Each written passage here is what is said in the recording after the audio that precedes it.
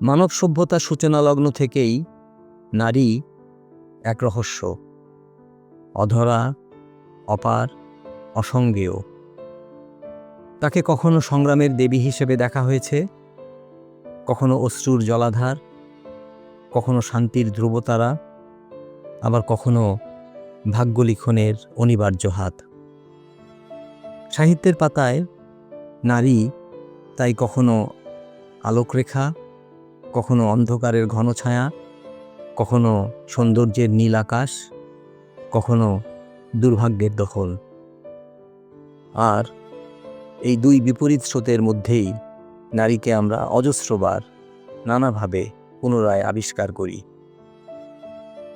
মানব হৃদয়ের প্রবাহ যেমনই হোক, নারী তার সবটুকু সত্য নিয়ে অতলান্ত বিস্তারের এক আয়না, এবং সেই আয়নায় প্রতিফলিত হয় আমাদের সভ্যতার সবচেয়ে গভীর দৃষ্টিপট।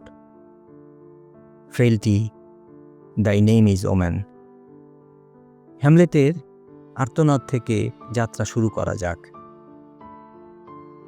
উইলিয়াম শেক্সপিয়ারের হ্যামলেট নাটকে যখন যুবরাজ হ্যামলেট উচ্চারণ করেন frailty, the name is woman, তখন তার কণ্ঠে যে ক্ষোভ, যে অবিশ্বাস, তা আসলে গোটা মানব সমাজের দীর্ঘদিনের এক মানসিক অভিঘাতেরই প্রতীক। নারীর ভঙ্গুরতা, এই ধারণা শুধু নাটক নয়, ইতিহাসের বুকেও বহুবার লেখা হয়েছে ভুলভাবে, অবিচারের সুরে, কুসংস্কারের রঙে। কিন্তু সত্য কি এত সরল? নারীর মধ্যে কি শুধু ভঙ্গুরতা, নাকি তার অন্তরে লুকিয়ে থাকে মানব ধর্মের সবচেয়ে দৃঢ়, সবচেয়ে উজ্জ্বল শিখা? এই এক প্রশ্নের উত্তর খুঁজতে আমরা ঘুরি উপন্যাসে, কবিতায়, নাটকে, আর প্রতিটি চরিত্র আমাদের সামনে খুলে দেয় নারী আত্মার নতুন অধ্যায়। হেস্টার প্রিন। হেস্টার প্রিন যেন লাঞ্ছনার আগুনে পুনর্জন্ম।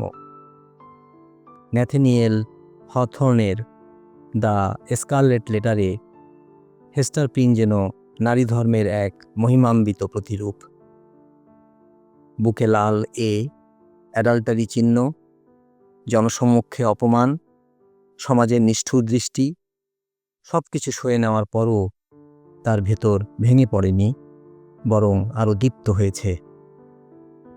হেস্টারের চোখে আমরা দেখি শাস্তির আগুনকে ভালোবাসার আলোয় রূপান্তরের বিরল উদাহরণ। তার মাতৃত্ব, তার মানবিকতা, তার লুকোনো শক্তি আমাদের মনে করায় নারী ভঙ্গুর নয়, নারী সেই শক্তি যে শক্তিতে কাটা ঝোপও ফুল হয়ে ফোটে। উইলিয়াম শেক্সপিয়ারের ম্যাকবেথে দেখি লেডি ম্যাকবেথ অ্যাম্বিশনের অন্ধকারে ডুবে যাওয়া এক নারী। লেডি ম্যাকবেথ একেবারেই অন্য প্রকৃতির। তিনি দুর্বল নন, বরং অতিরিক্ত শক্তির মর্মান্তিক পরিণতি। রাজ্যলোভের তীব্রতায় তিনি নিজেকে হারিয়ে ফেলেন, নিজের স্বামীকে ঠেলে দেন ভয়ঙ্কর হত্যার দিকে। কিন্তু রাতের নিস্তব্ধতায় যখন তিনি ঘুম ঘোরে উচ্চারণ করেন আউট, ড্যামেন্ড স্পট, তখন আমরা বুঝি অপরাধবোধই শেষ পর্যন্ত মানুষের সবচেয়ে নির্মম বিচারক। লেডি ম্যাকবেথ সে বিচার থেকে বাঁচতে পারেননি। নারীর আরেক মর্মান্তিক রূপ অন্যায়, ক্ষমতার অন্ধকারে আত্মা হারিয়ে ফেলা। শরৎচন্দ্রের বিলাসী নারীর আত্মসম্মানের নিভৃত আলো। বাংলা সাহিত্যে শরৎচন্দ্র চট্টোপাধ্যায় নারীর অন্তর্গত ব্যথা, সুখকে এমন কোমলতায় এঁকেছেন যা আজও পাঠকের হৃদয়কে শিহরিত করে। তার বিলাসী চরিত্রটি অনন্য, স্নেহ, স্বপ্ন, অবহেলা, প্রতিবাদ সব কিছুর এক নিটল মিশ্রণ। বিলাসী নীরব কান্না আমাদের শেখায় নারীর অশ্রু কখনো দুর্বলতার নয়, তা কখনো বিদ্রোহের আগুনও হতে পারে। ওয়ার্ডসওয়ার্থের বোন ডরোথি, নিবেদিত আত্মার নির্মল ছায়া। উইলিয়াম ওয়ার্ডসওয়ার্থ প্রকৃতির কবি। তার নিজস্ব সৃষ্টিশীল জীবনের মর্মে যার ছায়া সবচেয়ে গভীর, সে তার বোন ডরোথি ওয়ার্ডসওয়ার্থ। ডরোথি নিজেকে বিলিয়ে দিয়েছিলেন ভাইয়ের সৃজনযজ্ঞে। তার ডায়েরি, তার পর্যবেক্ষণ, তার নিভৃত সহমর্মিতা ওয়ার্ডসওয়ার্থের অনেক কবিতার নীরব জন্মদাত্রী। ডরোথিকে স্মরণ করলে নারীকে আমরা দেখি ত্যাগের শান্তি, নীরবতার মহিমা, আত্মদানের আলোকময় পবিত্রতা। ফিরে আসি রবীন্দ্রনাথে। রবীন্দ্রনাথের শেষের কবিতার লাবণ্য এক স্নিগ্ধ বুদ্ধিমত্তার প্রতীক। তিনি প্রেমের কাছে পরাজিত নন, বরং নিজের পরিচয়কে, নিজের সম্মানকে, নিজের ব্যক্তিত্বকে প্রথম সারিতে রেখেছেন। অমিতের প্রতি তার টান অমোঘ, কিন্তু তার সিদ্ধান্ত দৃঢ়। প্রেম মানেই যুক্তিহীন আত্মসমর্পণ নয়, প্রেম মানে কখনো আত্মসম্মানের তীরে নোঙর করা। নারী এখানে ভঙ্গুর নয়, নারী এখানে চিন্তার স্বাধীনতা। লর্ড বায়রনের শি ওয়াকস ইন বিউটি দ্বিমাত্রিক সৌন্দর্যের প্রতিমা। লর্ড বায়রন নারীকে দেখেছেন আলোর মধ্যেও, ছায়ার মধ্যেও। তার বিখ্যাত কবিতা she walks in beauty like the night, এখানে নারী সৌন্দর্যের দ্বিমাত্রিক বিস্তার। রাত্রির কালো আর তারার আলো, এই দুই মিলিয়েই তার সৌন্দর্য সম্পূর্ণ। এ যেন নারী মনেরই প্রতিচ্ছবি। অন্ধকার আর আলো পাশাপাশি থেকে গড়ে তোলে এক অপূর্ব সাম্য। স্যামসন এগনিস্টিজের ডেলাইলা প্রেম, বিশ্বাসঘাতকতা ও মানব দুর্বলতার প্রতিকৃতি। জন মিল্টনের নাট্যধর্মী মহাকাব্য স্যামসন এগনিস্টিজের ডেলাইলা এক রহস্যময় চরিত্র। তিনি কি শুধু বিশ্বাসঘাতক, নাকি মানবীয় দুর্বলতার প্রতীক? ডেলাইলা যেমন স্বামীর শক্তি ধ্বংস করেছেন, তেমনি প্রতিটি মানুষের সম্পর্কেই দেখা যায়।